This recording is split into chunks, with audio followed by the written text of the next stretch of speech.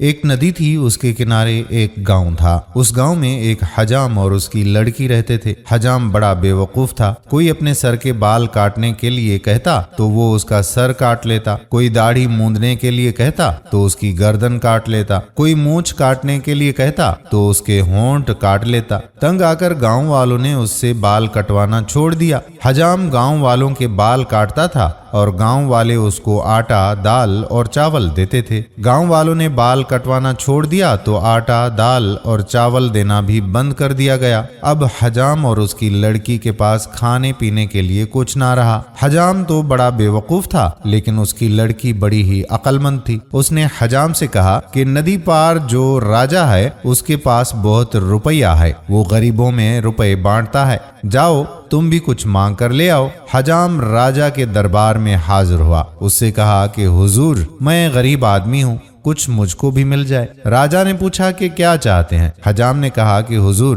جو بھی دے دیں۔ راجا نے کہا آخر کچھ تو بتاؤ، تمہیں کیا چاہیے؟ حجام نے کہا کہ حضور تھوڑی سی زمین دے دیجئے۔ راجا نے کہا جاؤ تمہارے گاؤں کے پاس جو جنگل ہے اس سے ملا ہوا جو کھیت ہے وہ میرا ہے، وہی لے لو۔ حجام خوش خوش گھر لوٹے۔ لڑکی نے پوچھا کہ کیا لائے؟ بولے کہ زمین لایا ہوں، زمین۔ لڑکی نے خفا ہو کر کہا کہ زمین کا کیا کرو گے؟ نہ ہل نہ بیل، کاہے سے جوتے گے؟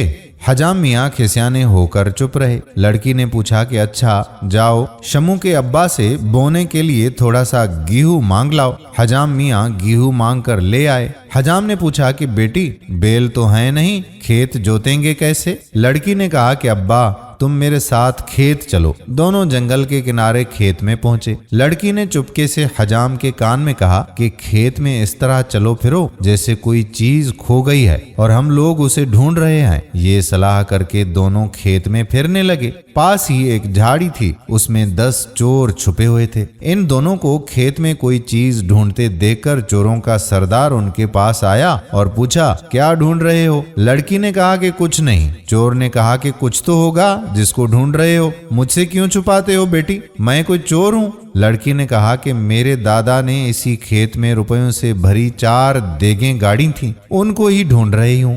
یہ سن کر چوروں کا سردار چلا آیا۔ تھوڑی دیر کے بعد حجام اور اس کی لڑکی بھی اپنے گھر کو چلے گئے۔ جیسے ہی رات ہوئی 10 چور پھاوڑے لے کر کھیت میں پہنچے۔ ایک جگہ کھودا، دیگیں نہیں ملی، دوسری جگہ کھودا، دیگیں نہیں ملی، تیسری جگہ کھودا، دیگیں نہیں ملی۔ غرض اسی طرح رات بھر میں سارا کھیت کھود ڈالا، لیکن دیگیں ہوں تو ملیں۔ سردار اور اس کے ساتھی لڑکی کو برا بھلا کہنے لگے۔ سب نے کہا کہ اچھا اس کا مزہ چکھائیں گے۔ دن نکلنے والا تھا، اس لیے چور وہاں سے بھاگ گئے۔ صبح ہوئی تو لڑکی اپنے باپ کو لے کر کھیت میں پہنچی۔ دیکھا کہ سارا کھیت کھدا کھدایا موجود ہے۔ دونوں بہت خوش ہوئے۔ گیہوں کھیت میں بو دیا۔ کھیت خوب اچھا کھدا ہوا تھا، اس لیے فصل بھی بڑی اچھی ہوئی۔ حجام اور اس کی لڑکی گیہوں کاٹ کر گھر لائے۔ بڑا غلہ نکلا، ان کا گھر غلے سے بھر گیا۔ یہ بات سارے گاؤں میں پھیل گئی کہ بے وقوف حجام کے گھر میں بڑا غلہ ہے۔ چوروں نے بھی یہ بات سنی۔ سردار نے کہا کہ یہ وہی حجام ہے جس کی لڑکی نے ہمیں بے وقوف بنایا تھا۔ اب مزہ چکھانے کا وقت آیا ہے۔